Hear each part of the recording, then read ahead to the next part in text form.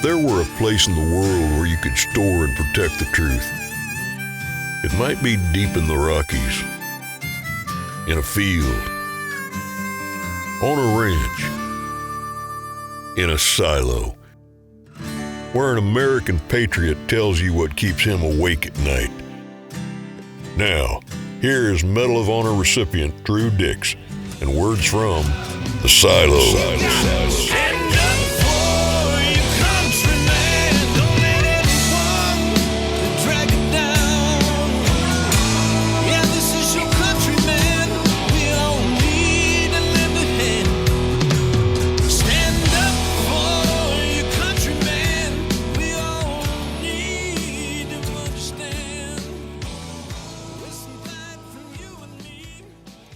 Welcome, folks. We're looking at another episode of Words from the Silo. And, the more we do these things, I don't know about you, Brad, but the more we do these things, I'm starting to stay awake at night more because more information comes back from, as a result of our episodes, that people are asking questions, and by golly, they're good questions. And like I said before, I'm not as concerned about the dumb things our government is doing as the fact that the people are tolerating it. Yeah. And, tolerance is a character flaw. And by golly, we got to get this word out so people know that they can think like us and voice their opinion. Staying awake at night, does that make you woke? That's another thing. I hate to eat. I don't like that term. Yeah, when you said it, I was thinking, well, maybe Drew's going woke on us. Wow, I don't know where this term came from. I know what it means. We're not stupid, but they were pretty crafty in coming up with a simple word that explains everything that is maybe bad about what we've done in the country. So now we're woke about it, and we're not going to do that anymore. We're going to do some other stuff. Well, look at the stuff we're doing. It is absolutely stupid. Now, if there's an opposite of woke, we could say we'd be woke now because we're finding out they're doing some really stupid things. And there's a whole episode that I want to do, maybe the next one, on the changing culture in America. And maybe a lot of this, I don't want to say civilized word, but the Western part of the world, that we're now kind of focused on being victims and victimization. And that's why there's big effort to put, quote, minorities like females in the military or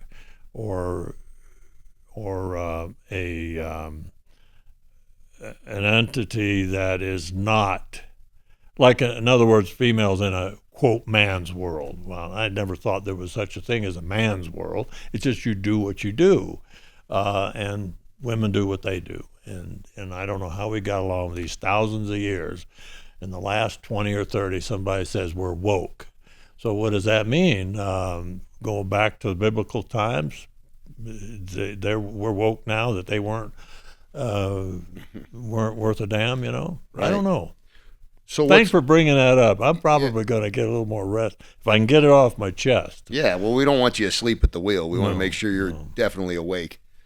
But so Department of Defense contracting, is that what we're talking about today? Yeah, we were talking in one of the very first one, not the very first one we did on Greenland, but the one we did after was readiness in the military. And I was really excited when the Department of Government Efficiency was created, so we would get more bang for our buck, so to speak, no pun intended, in the Department of Defense. But then, okay, there's one thing of getting rid of stupid contracts that don't get us anywhere. But then there's contracts that are not fraud, or they're not, they might be stupid, but they're necessary from the beginning. And one of the things, and I mentioned it in our last episode, just briefly, about the when we went to the volunteer military, we eliminated several 100,000 positions. So the work didn't go away. They had to replace it with something. So they did with civilian contractors.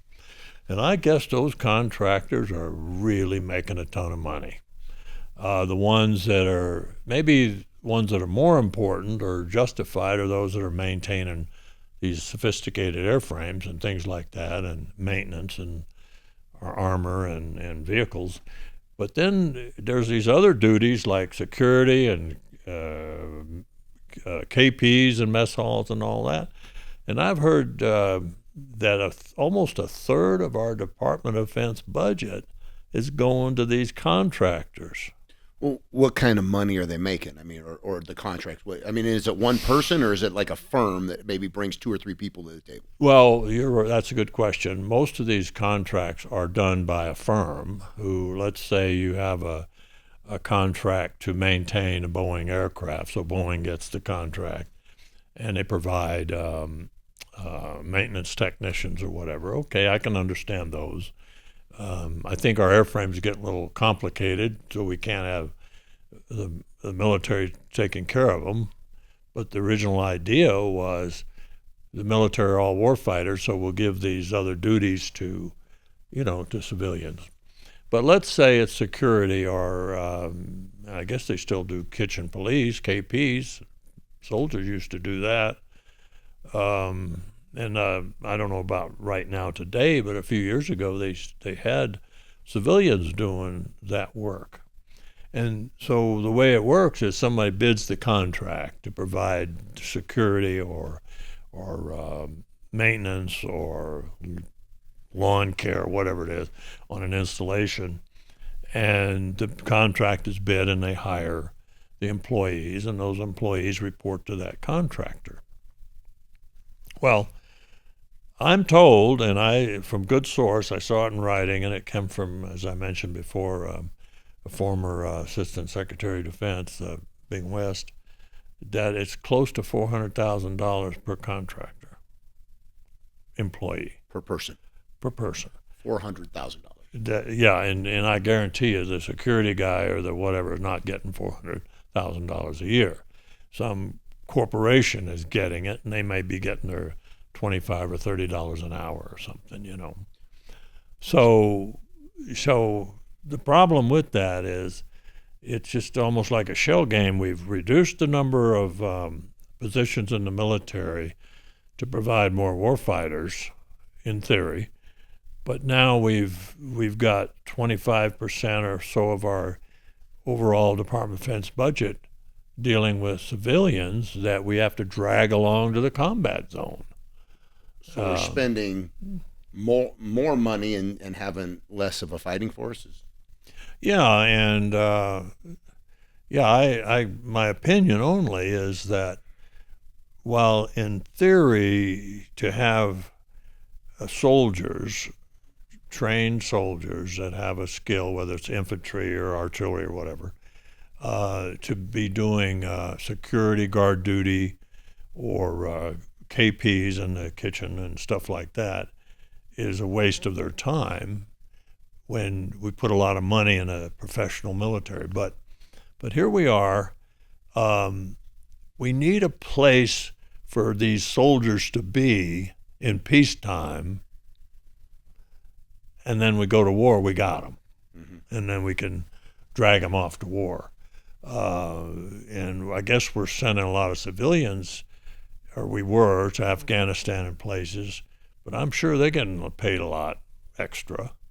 And of course the contractors it's not going to come out of their hide. So where's the flaw? In the bidding process, the purchasing process, where there's no rules? You wait for these contractors to bid, and then they pick lowest bid or whatever, however they do it, but is there no parameter on, hey, we're not going to pay $400,000 per head? In the spirit of profit? I wish I had the answer to that, Brad. I think what it is bureaucracies are each contract is not looked at as in the big picture. It's this one stands alone, this one stands alone, and then pretty soon they get, they get legs, they start growing.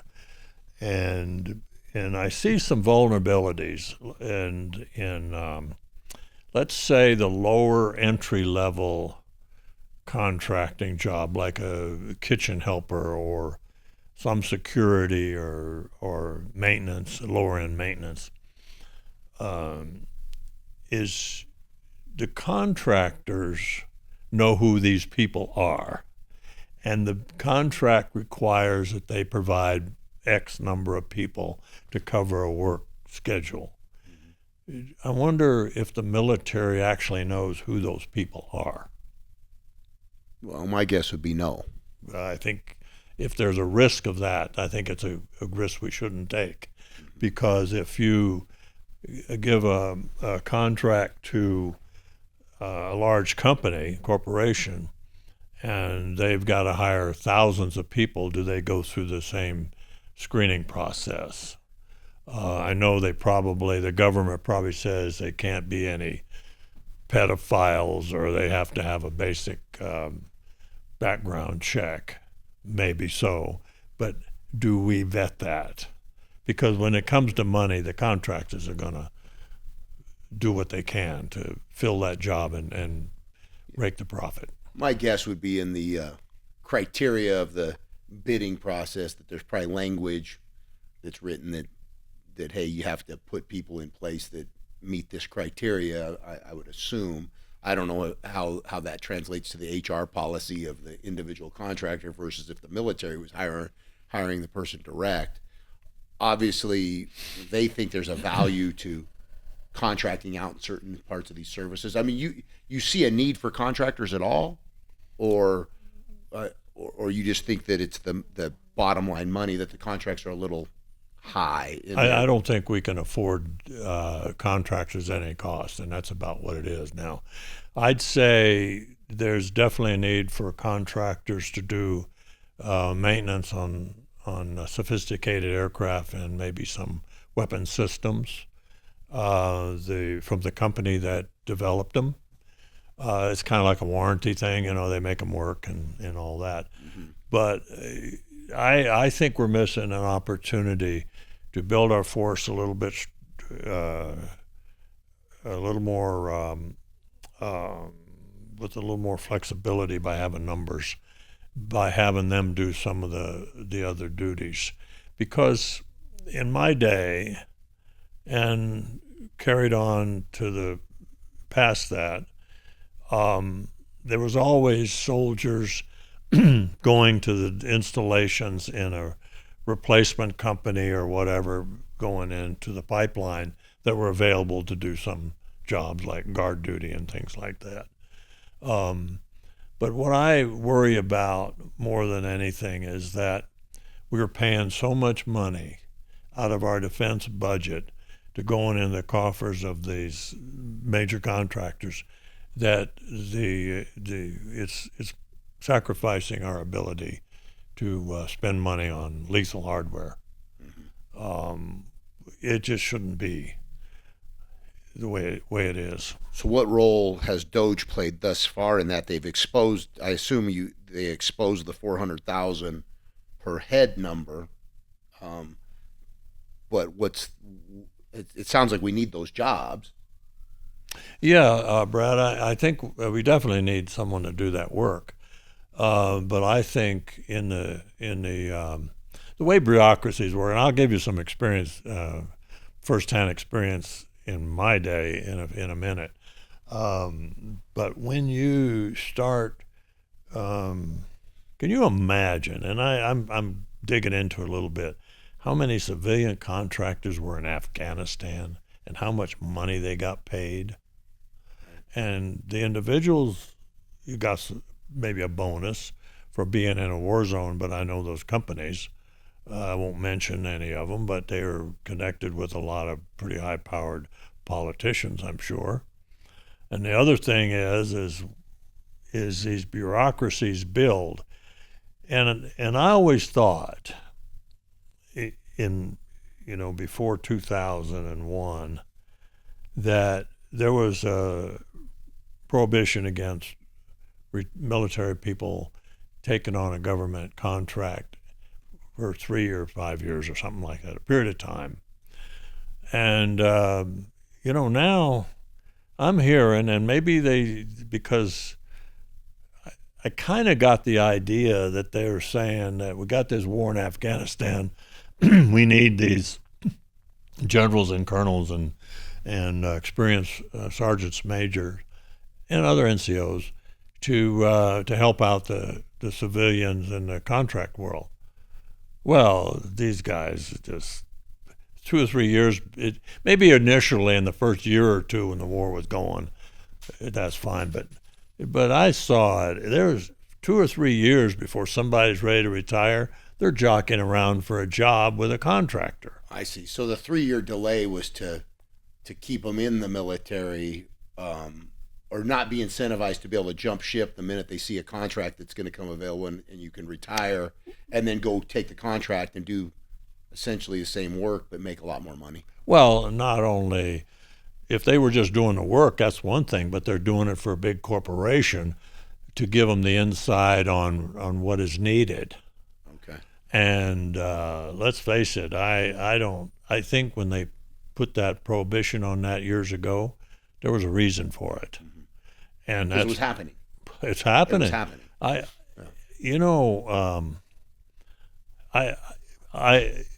I think there's a number of these generals and colonels, mostly general officers, flag officers, that go to a high-level board of a corporation and paid maybe $500,000 a year, $250,000, maybe $1 million. I don't know. They're not worth it.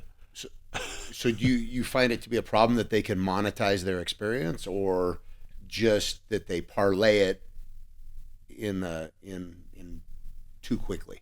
Well, they've turned the warrior ethos that you had into a mercenary concept, and that doesn't work. In the volunteer military, they've increased the salaries, and colonel level, 06 level, and flag officer level, they get paid pretty darn good. And if we're in a war and we need these people to help, when they get out, they get almost the same amount of pay as when they were in, if they've got 30 years service or more. And I'd have nothing against, if they want to help the cause, to say, I'm retired Colonel so-and-so, retired General so-and-so, I'm going to help with this project, an R&D project. We could use that benefit of their experience. Yeah, but for them to make, many hundreds of thousands of dollars, and I know this to be the case, it's just wrong. How many of them have ever started? You think some of them actually start companies to do contracting because they have the inside track on the process? Absolutely, they started, and I thought about this a little bit. I know it's a big problem, but I did a little contract work in the special operations arena, mainly in the trade crafts, the skilled stuff that. Back to the basics, that we wanted to make sure that the young special forces soldier or the operator didn't lose those skills. So we took them out to the ranch and kept them tuned into reading the map and doing things like that, rather than relying on digital information that we know can be flawed or fail. Yeah. So I had this idea because someone approached me, says, you can help us. You've got some good talent, experience, and these young soldiers need it. Okay, so they talked me into it. I went to Fort Bragg, and I started training, and I got some really good instructors, subject matter experts, SMEs, and paid them well, right? They made more than I did probably. But we were bidding these contracts. We did a few of them, and they were really low. because I just felt like it's what it is. It's just the cost of doing it. Make a few bucks in order to pay for my time to plan for the next course or talk to my instructors during the next course. And we're not talking about big money. We're talking about kind of pittance. And after about 3 of these, this one major went out on a limb a little bit, and he just mentioned to me. He said, you know, the next lowest bidder was double what you wanted, what you bid. And I said, well, yeah, I'm okay with that. I'm not raising my price, but I'm okay with it. I'm paying my 4 or 5 subject matter experts really good. They made pretty good money. We put them up, fed them, and everything, and for 6 or 7 days, 12 people, you know, it wasn't very much money in the big picture. But I felt good that we were doing it. Yeah. But then I started getting some pushback on that. Now, everyone loved our courses. I never got a bad valuation at all. They were top. But I just had this feeling that some of those older colonels and generals that were working this were just looking for something to do when they got out. Mm. You know, that maybe I'd be successful and I could hire them. Yeah. It didn't dawn on me. I thought they were really into it for the right reason. So I did this for a few years. Brad, I want to tell you that in the name of saving the taxpayer money, the government has come up with, for example, my contracts went through Johns Hopkins University, who got $1 billion+ to manage contract to save the taxpayers money, right? I think they got paid more than I did, probably. And they didn't even know what it was we were teaching because it was either classified or it was out of their bailiwick. In fact, they asked me if I'd write the statement of work, which is backwards. It's supposed to come from the customer to me, and then I bid on the statement of work. Mm-hmm. So I'd write the statement of work, give it to them, because they didn't even know what the terminology was. Yeah. So you helped them build the project. And they oh, you would not believe. I think that's common in a lot of bidding processes. You know, we've been hired in our work where sometimes I think we're doing all the work and we're making less than the entity that hires us. I think that's pretty common in maybe just capitalistic society. Hats off to somebody who can figure a way to make money, but we're talking about how maybe the purchasing process or whatever that the government puts out, they're getting out gamed by the bidders. Well, you know, when I gave it up, I had a bid completed a approved contract for 5 courses, and it all came through this university.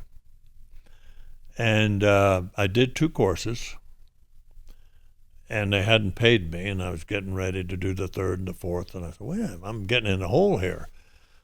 And they were Johns Hopkins that was a little bit into the middle of this thing, and they were saying, "Well, we missed a deadline or something." I said, "Well, with a deadline for what? We already approved them, you know."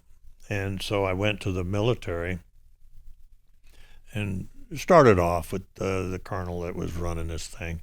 Before it was over, the major, then it was colonel. Before it over, I had 12 senior officers on my email list. And finally I said, why is this such a problem? The units want this training.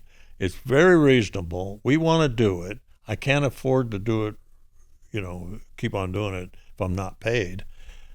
And I said, and every one of them says, our job is to protect the taxpayer.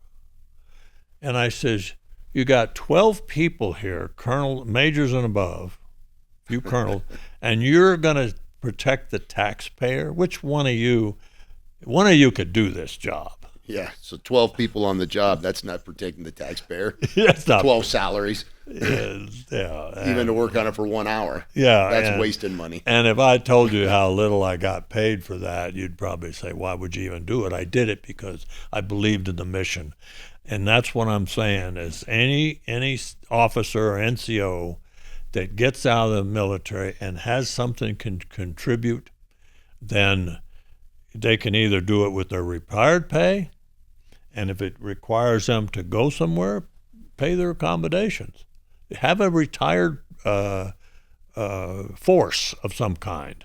Yeah. And that's an idea, a retired force. Sure. And they keep working and giving passing on their knowledge of experience. I think you're a rarity when it comes to the monetization of maybe your experience and things that, you're riding for the brand, the red, white, and the blue. And I think the way you approached it is a honest day's pay for an honest day's work, or whatever that cliche is. And I think that comes from your ranching experience and everything else. And not everybody thinks like that. I think they're always trying to monetize the situation.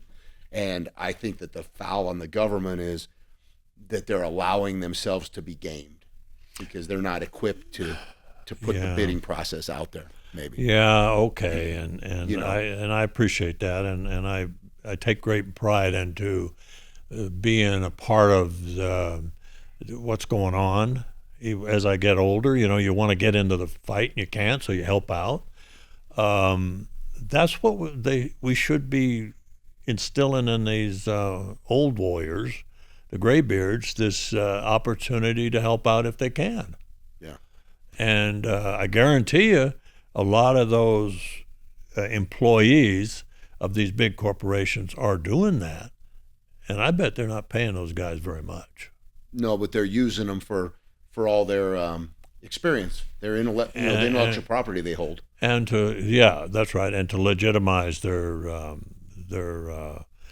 contract. Absolutely, that's the point. And the graybeards, as you call them, are in a way getting used, especially if they're not making the money, because they're the basis of the whole dang of the whole bid.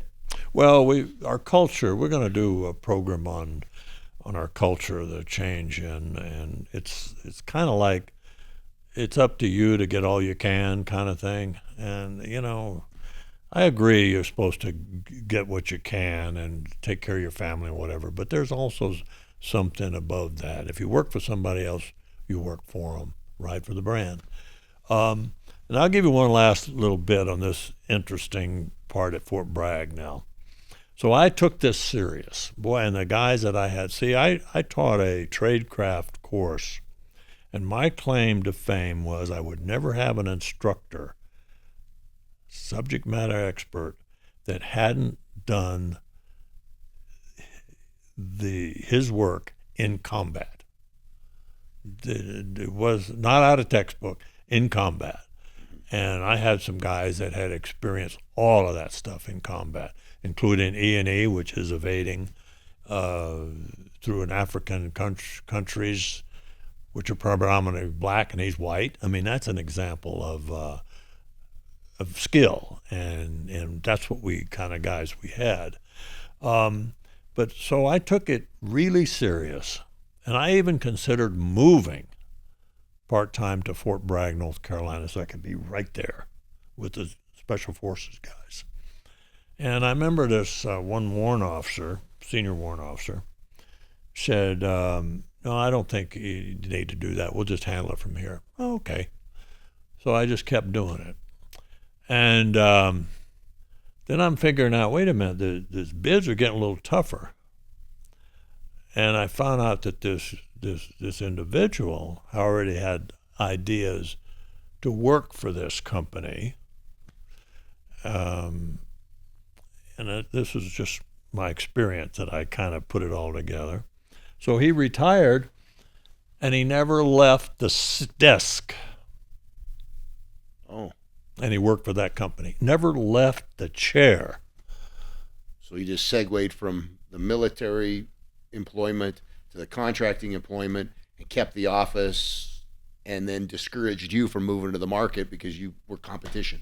Yeah, I mean, it's just it's not sour grapes. I feel good about my contribution, but this is on a very small scale.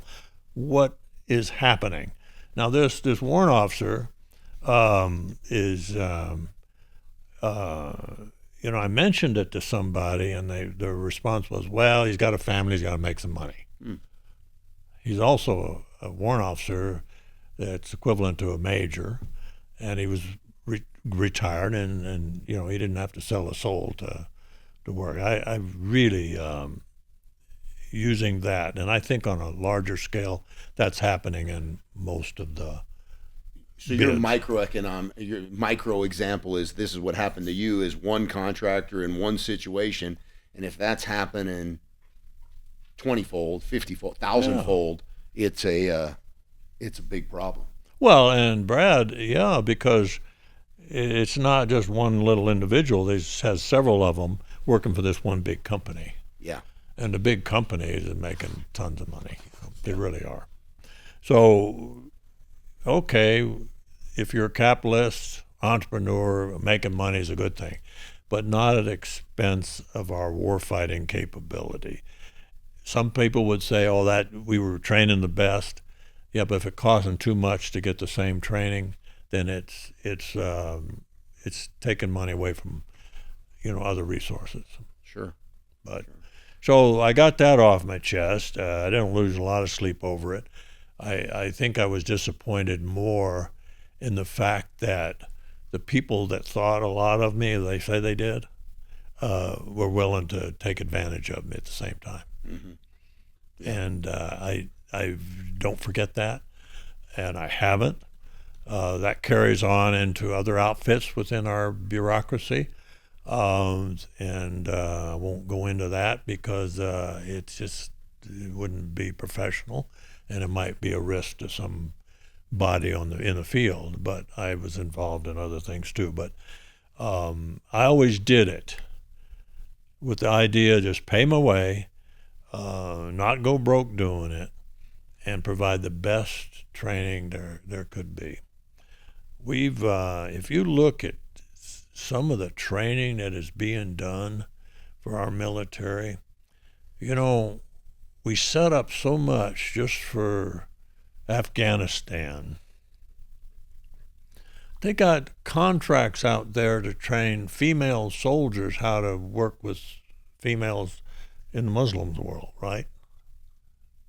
Okay, now we're not in there anymore. I don't know if those contracts have gone away and they've closed the doors shut, or not. But, boy, it's been questionable of the success of that program. And there's so much wrong with that. We're going to go to war to kick somebody's ass so they don't do it again to us. Mm-hmm. But we're going to long-term train female soldiers how to deal long-term with the Muslim population, women population. We shouldn't be there long-term, and we can't make those people like us. Yeah. So who come up with that stuff? Some retired colonel or general that wanted to be on the payroll of some outfit. Mm-hmm. War fighting is war fighting. And if you get in there that you're going to create this long-term deal, you've already thrown in the towel. You're not going to win. You're not going to win that war. Yeah. Well, that's scary. Yeah, it's scary. I'm probably a strongest advocate of anybody for peace, I guess. But if we got to go, I don't want to lose one soldier, one Marine, sailor, airman, or whatever, to some political idea that's not winnable. Not one. Right. But if we have to do it, then I'll gladly lead them into combat, and we lose a few, maybe myself. I would do it. That's part of the warrior ethos. Not doing it just on a whim of some politician that makes everybody a warrior because they raised their right hand. Yeah. So anyway, Brad, I don't know we're going to fix it. You mentioned, did Doge uncover this. I don't think Doge directly did on this particular deal about support positions contract, but I think it opened the idea up that if you believe that's bad, you ought to see with this. So the figures, and we need to verify this, but the figures of roughly 300,000 troops, positions, averaging around $400,000 a year, is in the billions of dollars. We're talking about maybe $250 billion a year, somewhere around there. That's significant. There's China's defense budget is half of ours probably. I think they might get a little more for their buck. I don't know about North Korea. I think they're kind of screwing up with their big ship they just flopped over on that side. But no, we do good stuff, and these contractors are making a lot of money. Make some nice hardware. Don't get me wrong. Sure. But how many of these contracts recently I've heard where they've spent billions of dollars developing a new weapon system and then just discontinue it. Why does that happen? Well, I guess maybe times have changed, but it's also leadership changes. And so while that was somebody's big deal and they got out and they promoted it, new person comes in and says, that ain't going to work. Are they too slow to launch, and then by the time they're ready to finish it, it's already obsolete? It could be. But when you rely on colonels and generals and senior NCOs on the knowledge of what they know, then after a few years, what they know is outdated already. Yeah. That's why when I did my training, I didn't train on stuff that was out of my realm. I kept my training to the grassroots fundamental trade crafts of the skilled operator. In other words, relying on your skills, your flesh and bone, and your senses to survive and get the mission done, not technology. Someone else can do that. So we ought to do a program on the reliance on technology. Yeah, we were talking about that this morning, so that'd be a good one. Yeah, the technology is wonderful. Look, Ukrainians used it and knocked out a bunch of high-tech, expensive aircraft.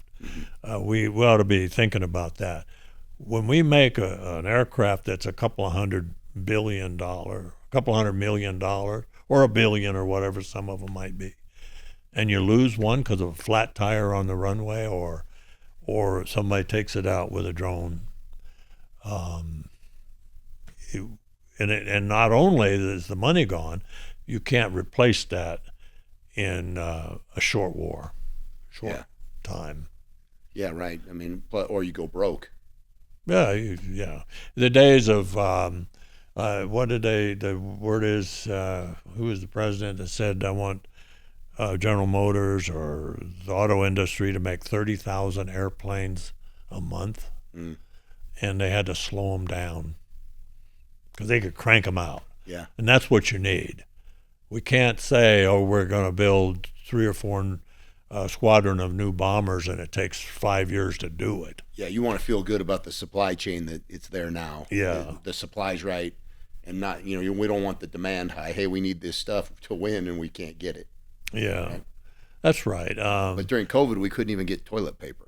So it doesn't. I'm not very encouraged that our supply chain's very good on high level. Well, I'll tell you what, we're vulnerable. If our people the citizens were on the verge of rioting over toilet paper, what would they do if we had a big issue like food or something for their kids? Right. God forbid we don't have phones. We'll really have an insurrection if the phones went down.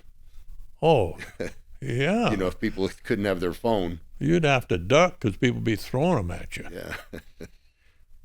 Well,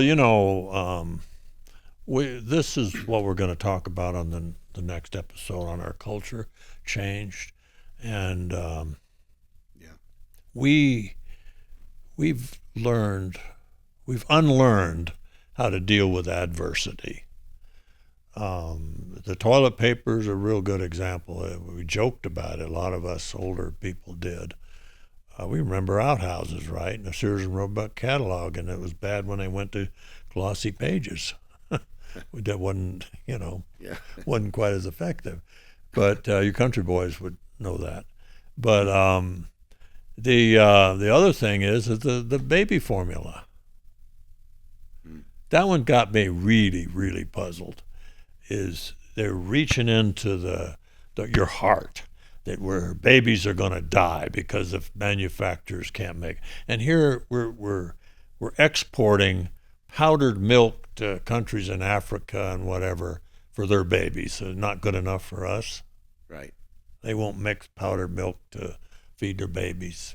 We're going to kill them because somebody didn't plan right, or some bureaucrats making too much money, and I don't know. Yeah. But we got a lot to talk about in the next episode, and I think we touched on this, and forgive me if anybody thinks it was sour grapes, because absolutely not. On my contract that I did with the company was named Remuda. Play on words. We were proud of that, and we did a program called SUIT, Specialized Unconventional Warfare Experiential Training. In other words, just what you experience, we're going to train on that, because you're going to fight how you train. So you got to train how you're going to fight. SUET. SUET. SUIT. Play on words, as in pork suet. His time was right. Good. But anyway, I look forward to the next one. We'll be filming on our cultural decline, I think. Yep. Relying on technology. We'll roll that all into one, because it's worth talking about. So in the meantime, do you have something pass on for the center? Absolutely. Center for American Values is one of our sponsors, and please go to our website, AmericanValuesCenter.org. Look at some of our products, our books, our quote books, our Drew Dix Rescue a River City book, other products we have. We have events. We're doing a lot of good things there at the center. But visit us for DrewDixPodcast.com. Please subscribe to the channel. Maybe get your friends and family to jump in there. We need subscribers so this little production can stay on the air. Well, we're doing all right. Well, we're getting a lot of calls. The thing is, Brad, I don't think the numbers are showing it, but we're getting more calls than it seems like. The phones are burning up sometimes. Well, maybe we've got to get, like you said, we got to get somebody to have a snake in here or something, and have it. If it's a snake in there, somebody's gonna push the subscribe because might watch it. About it. But anyway, we're here because we feel like we can't fix everything, but we can at least talk about it. And we talk about this with the idea that we know that tolerance is a character flaw. Just because no one knows doesn't mean it isn't true.